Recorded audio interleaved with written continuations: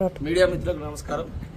ఏదైతే నిన్న ఒకవైపు ఆడ కానీ ఇటువైపు మొగా కానీ ఒక కొజ్జా ఎమ్మెల్యే మాజీ ఎమ్మెల్యే ఆయనతో పాటు పూజకు పనికిరాని ఆయన కొడుకు విజిత్రం వీళ్ళిద్దరు కూడా మీడియా ముందడికి వచ్చి ఇష్టం వచ్చినట్లు మా ప్రేమ్ సాగర్ రావు గారి గురించి మాట్లాడుతున్నారు. గతంలో చాలా సార్లు మేము చెప్పినాం, మాకు ఓపికగా ఉంటున్నాం, మేము మా సార్ మమ్మల్ని లైన్ దాటనిస్తలేడు, వన్స్ ఒక్కసారి మా సార్ మమ్మల్ని లైన్ దాటమంటే మీ పరిస్థితి దారుణంగా ఉంటుందని చెప్పేసి మేము చాలా సార్లు మిమ్మల్ని హెచ్చరించాం.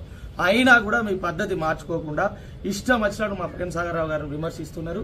ఇలా నేను అడుగుతున్నా, గత 10 సంవత్సరాలుగా నువ్వు ఎమ్మెల్యే ఉన్నావు కదా, ఇలా నస్పూర్లో నీ సహకారంతో ఒక 100 ఎకరాలు పేదలకు సంబంధించిన ప్రభుత్వ భూములు, ఒక 100 ఎకరాలు కబ్జాలకు గురైనాయి. అప్పుడు ఎటువీగా పోయినావు, ఎవనీవిగా పోయినావు, నువ్వు ఏంటిగా పోయినావు? నువ్వు నీ హయాంలో నీకు సంబంధించిన నాయకులు కొన్ని 100 ఎకరాలు కబ్జాలు చేశారు. అప్పుడు ఎటువైనావు? ఇవాళ మా నాయకుడు అవి కంపల్సరీ ప్రభుత్వానికి చెందాల్సిన భూములు, అవి పేద ప్రజలకు పంచిపెట్టాలని ఒక ముఖ్య ఉద్దేశంతో ఆ ప్రభుత్వ భూములను మేము అధికారులతోటి కలిసి ఆ ప్రభుత్వ భూములను మేము తీసుకున్నాం. ఇలా నస్పూర్లో డీకొండ అన్నయ్య ఒక అక్రమ కట్టడం కడితే ఆయనను పరామర్శించి నీకు వచ్చినావు. ఇంతకు ముందు బేర సత్యనారాయణ ఎక్కడ పడితే అక్కడ కబ్జాలు చేసి ఎక్కడ పడితే అక్కడ ప్రజల్ని ఇబ్బంది పెడితే ఆయన కోసం రోడ్ల మీద ఎక్కాము.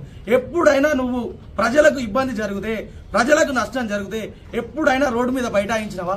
ఎప్పుడైనా ప్రజల్ని పరామర్శించినవా? ఎంతసేపు నీకు ఏం కమిషన్లు కావాలి, నీకు ఎన్ని డబ్బులు రావాలో వాటి మీద ఆలోచనే తప్ప ప్రజల్ని పట్టించుకున్న పాపాన పోలేదు. ఇవాళ మా ప్రేమ్ సాగర్ రావు గారు ఖచ్చితంగా ప్రతి పేదవానికి ప్రతి పైసా, అంటే ప్రభుత్వం నుంచి వచ్చే ప్రతి పథకం కూడా పేదవానికి చెందాలని ఒక ముఖ్య ఉద్దేశంతో పనిచేస్తున్నాడు. అట్లాంటి పని చేసేవారిని విమర్శించడం సరైన పద్ధతి కాదు. ఇక్కడ విజిత్ ఎవడ అసలు నాకు అర్థం కాదు. ఎవడు వాడేమైనా వార్డు మెంబరా, ఎంపీడీసా, సర్పంచా, జెడ్పీడీసా, కనీసం ఒక కౌన్సిలర్ కూడా కాదు. ఆయన కూడా మా సార్ని విమర్శిస్తున్నాడు. ఇంతకు ముందు మా కుదర్ కుమార్ ప్రభాకర్ అన్నట్టు ఖచ్చితంగా నువ్వు రానున్న రోజుల్లో కనీసం వార్డు మెంబర్ కూడా గెలవలేవు. ఇది మా ఓపెన్ ఛాలెంజ్. నువ్వు ఎక్కడ పోటీ చేస్తావో చెప్పు, అక్కడ నేను వచ్చి పోటీ చేస్తా. దమ్ముంటే నా మీద గెలువు విజిత్. అంతేగాని ఇష్టం వచ్చినట్టు మాట్లాడు. ఇలా యువకులను ఎంబడేసుకొని తిరుగుతూ వాళ్ళ యువకుల జీవితాన్ని సర్వనాశనం చేసినావు. ఏ ఒక్క యువకుడైనా ఇలా నీతోటి ఉన్న యువకులు ఎక్కడైనా బాగుపడ్డ చరిత్ర ఉన్నదా? అన్ని గంజాయి అలవాట్లు చేసినావు, రౌడీతనాన్ని అలవాటు చేసినావు. ఇలా నీ అవసరం కోసం, నీ స్వలాభం కోసం వాళ్ళ బంగారు భవిష్యత్తును నాశనం చేసినావు. విజిత్, ఖబర్దార్, గుర్తుపెట్టుకో. ఖచ్చితంగా రానున్నది యువకుల రోజులు. ఖచ్చితంగా నువ్వు ఎక్కడ నిలబడ్డా కూడా నిన్ను ఓడగొడతాం. ఎందుకంటే అసలు గెలిచే నువ్వు నిలబడవు నాకు తెలిసి. అసలు నీకు ఎవడు కూడా టికెట్ ఇయ్యడు, మీ పార్టీలో కూడా టికెట్ ఇయ్యడు నీకు. కానీ ఏదైతే నీ నాన్నని చూసుకొని విర్రవీగుతున్నావు, ఇక మీ నాన్న పని అయిపోయింది. ఖచ్చితంగా భవిష్యత్తులో నీ పని కూడా అయిపోతుందని ఈ సందర్భం తెలియజేస్తూ, అదేవిధంగా ఇవాళ మా ఎమ్మెల్యే గారు ఇవాళ నస్పూర్లో కానీ ఇటు మంచిర్యాలలో ఎక్కడైనా ప్రభుత్వ భూములు ఉంటే అవి పేద ప్రజలకు చెందాలి ఒక మంచి ఉద్దేశంతో పనిచేస్తున్నాడు. ఆ పనిని స్వాగతించండి. ఎక్కడైనా పొరపాట్లు జరిగితే మీరు సలహాలు ఇవ్వండి, అంతే తప్ప ఇట్లా ఇష్టం వచ్చినట్టు మాట్లాడి అదే కబ్జాగా అంటే అందరిని బెదిరిస్తున్నాడు, ఆ తప్పుడు కేసులు పెడుతున్నాడు అని చెప్పేసి అంటాడు. ఎక్కడైతే గతంలో మీరు కబ్జాలు చేసిర్రో, గతంలో మీరు ప్రజల్ని బెదిరించిరో వాళ్ళ జోలికే వెళ్తున్నాం తప్ప ఏ పేదవాడి జోలికి మేము వెళ్ళలేదు. ఎక్కడైనా నీతి నిజాయితీ ఉన్న వాళ్ళ జోలికి మేము ఎక్కడ వెళ్ళలేదు. ఎక్కడికి దండపల్లి నుంచి మొదలు పెడితే ఇక్కడ నస్పూర్ వరకు ఎవరైతే ప్రజలను పీడించిర్రో వాళ్ళ జోలికి వెళ్తున్నాం. ఖచ్చితంగా వాళ్ళు ప్రజల దగ్గర తీసుకున్న ప్రతి రూపాయి కూడా ఆ ప్రజలకు చెందేలాగా చేస్తామని చెప్పేసి ఈ సందర్భంగా తెలియజేస్తున్నాం. ఒకవైపు ఇంకా ఈ బత్తాయి రఘునాథ్ మాట్లాడుతూ ఎమ్మెల్యే ప్రేమ్ సాగర్ రావు గురించి ఇష్టం వచ్చినట్టు మాట్లాడుతూ 10 సంవత్సరాలు టీఆర్ఎస్ వాళ్ళు ఒక రాక్షసుల్లాగా పేద ప్రజలు పీక్క తింటున్నారు. అప్పుడు ఎటు పోయినవా నువ్వు? ఎక్కడికి పోయినావు? ఏ టూర్కి పోయినావు నువ్వు? అమెరికాకు పోయినావా, ఆస్ట్రేలియాకు పోయినావా? 10 సంవత్సరాలు నీ నోరెందుకో లేవలే? అప్పుడు మాట్లాడలేదు. ఇప్పుడు 10 నెలలు కూడా ఎత్తలేదు కదా మా ప్రేమ్ సాగర్ రావు గారు ఎమ్మెల్యే అయ్యి. ఇవాళ మాట్లాడుతున్నాం ఇష్టం వచ్చినట్టు. నువ్వు అంటే మొగోనివా, నువ్వు మొగోనివా అయితే అంటావు. అసలు నువ్వు మొగోనివా? నువ్వు ఒకసారి పోటీ చేస్తే 4,000 ఓట్లు వచ్చినాయి. ఇంకోసారి పోటీ చేస్తే అసలు మా ప్రేమ్ సాగర్ రావుకి వచ్చిన మెజారిటీ ఓట్లు కూడా నీకు రాలే. ఇప్పుడు చెప్పు, ఎవడు మొగోడు? నువ్వు మొగోనివా, మా సారు మొగోడా? అయినా కూడా మా సారు మొగదనం గురించి నువ్వు అడుగుతున్నావు. అసలు మా సారు మొగదనం నీకెందుకు చూపించాలి? మా మొగదనం చూపిస్తాం నీకు, దమ్ముంటేరా. మా మొగదనం చూపిస్తాం, దమ్ముంటేరా. నువ్వు ఏమంటే మొగోనివా అయితే అంటావు. అసలు నువ్వు మొగోనివా? ఏం మాట్లాడితే మతుండి మాట్లాడు. ఒక పార్టీ జిల్లా అధ్యక్షునివి, మతుండి మాట్లాడాలి. మాట్లాడినప్పుడు పద్ధతిగా మాట్లాడాలి. మొగదనం గురించి మాట్లాడుతున్నావు.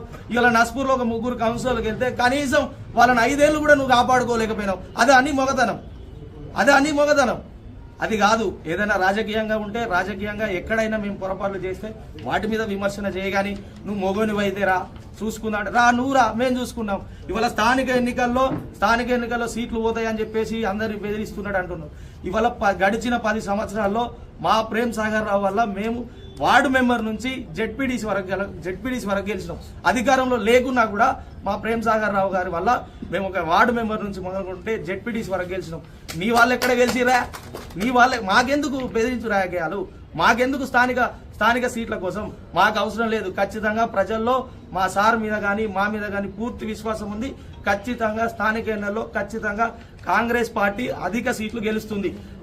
ఖచ్చితంగా మేము గెలుస్తాం. దానికోసం బెదిరింపు రాజకీయాలు చేయడం కానీ కక్షపూరితంగా కేసులు పెట్టాల్సిన అవసరం కానీ మాకు ఎట్టి పరిస్థితుల్లో లేదు.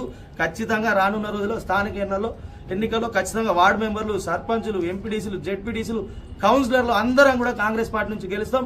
నువ్వు కాపాడుకో నీ బత్తాయి బీజేపీ నాయకులను, నువ్వు కాపాడుకో నీ బత్తాయి గాళ్ళని కాపాడుకొని వాళ్ళని నిలబెట్టుకో. అంతే తప్ప మా గురించి ఇష్టమైనట్టు మాట్లాడితే ఊరుకునేలే అని చెప్పి ఈ సందర్భంగా తెలియజేస్తున్నాం. ఇంకోటి, ఫస్ట్రేషన్లో ఉండి మంత్రి పదవి కోసం ఇవన్నీ చేస్తుండు ప్రేమ్ సాగర్ రావు అంటుండు. ఆఫ్టర్ ఆల్ మంత్రి పదవి మాకు ఆఫ్టర్ ఆల్ మంత్రి పదవుల కోసం మా సార్ రాజకీయం చేయడం లేదు. కేవలం నేను పుట్టిన గడ్డ ఇక్కడ ఉన్నటువంటి పేద ప్రజలకు న్యాయం చేయాలనే ఒక ఉద్దేశం కొద్ది పనిచేస్తున్నాడు తప్ప పదవుల కోసమో మంత్రి పదవుల కోసం ఇంకేదో పదవుల కోసం పనిచేయట్లేదు. నువ్వు పదవి కోసం పనిచేస్తున్నావు. 4,000 ఓట్లు వచ్చినాయి. నువ్వు మళ్ళీ ఎందుకు పోటీ చేసినావా? 4,000 ఓట్లు వచ్చినాయి. నువ్వు మొదటిసారి పోటీ చేస్తే కేవలం 4,000 ఓట్లు వచ్చినాయి. నువ్వు పదవి ఆశ లేదు. నువ్వు ఎందుకు పోటీ చేసినావు?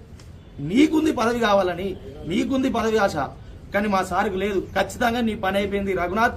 నువ్వు ఖచ్చితంగా అంటే ఇక్కడ ఎట్లాగూ మళ్ళీ ఎమ్మెల్యే ఎలక్షన్లో నన్ను ఉంచుతారో ఊడవీక్తారో బీజేపీ వాళ్ళు అని చెప్పేసి ఒక అక్కసుతోటి ఏదో మీడియా ముందట ఇటు ప్రేమ్ సాగర్ రావు గారిని ఇటు కాంగ్రెస్ ప్రభుత్వాన్ని విమర్శిస్తే రానున్న రోజుల్లో నాకు మళ్ళా సీట్ ఇస్తారని చెప్పేసి అనుకుంటారు. కానీ నీ పని ఇక్కడ మంచిర్యాలలో అయిపోయింది. నీకెవ్వరు కూడా నీ పార్టీ నుంచి ఒక సీటు కాదు కదా, అసలు నీకు ఏది ఇవ్వరు. నీ పార్టీ నాయకుల పని అయిపోయింది.